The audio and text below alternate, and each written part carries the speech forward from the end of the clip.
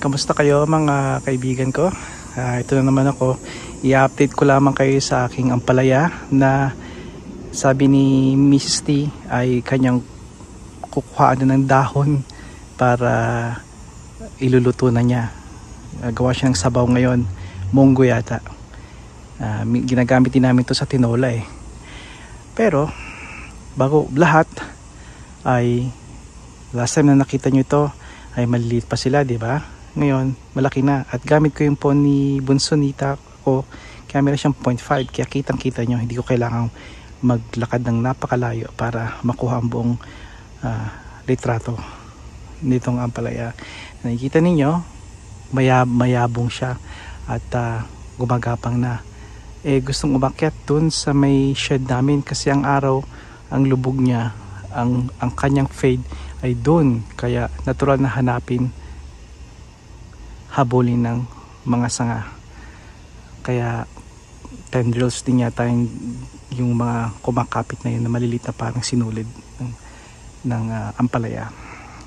Kaya ang ginagawa ko, manually kinukuha ko siya at danda kong pinapapunta dito papunta sa atin.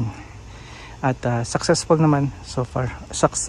Maganda naman ang resulta so far. Huwag lang kakaligtaan ng ilang araw at madali silang bumalik dun sa opposite na direction na yun naman talagang dapat. Pero ito lang ang posisyon kung pwedeng ilagay sila eh.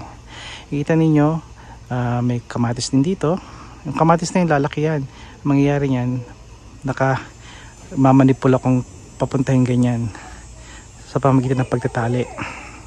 Kaya makikita ninyo ibang klase, iba't ibang uring ampalaya ito. Malaki pa sa kamay ko ang ibang mga dahon, halo-halo na sila ng uri eh. Kaya ito gusto ko lang ipakita sa inyo at bago pa kuhain ni Mrs. T at gawing munggo ngayong hapunan ang mga dahon niya, kaya bago siya makalbo iwan naman niya ng ilan sa taas eh. Yun lang at ito na ang napitas ni Mrs. T. Ito ay aming igugulay na munggo tonight, kaya sana may naaani kayo, may napuputi kayo sa inyong hardin. Kaibigan, padayan.